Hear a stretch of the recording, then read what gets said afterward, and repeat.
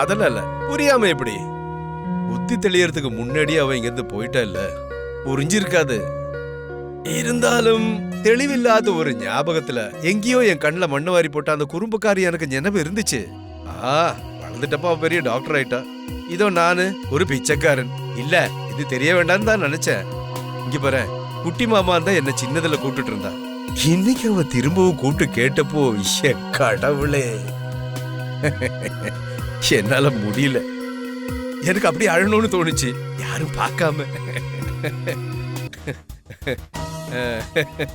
சரி, நான் அப்ப கிளம்புறேன். பசங்க வெயிட் பண்ணுவாங்க. என்ன சொன்னாலும் அவளோட தாத்தா தித்தித்தை மண்ணாங்கட்டி.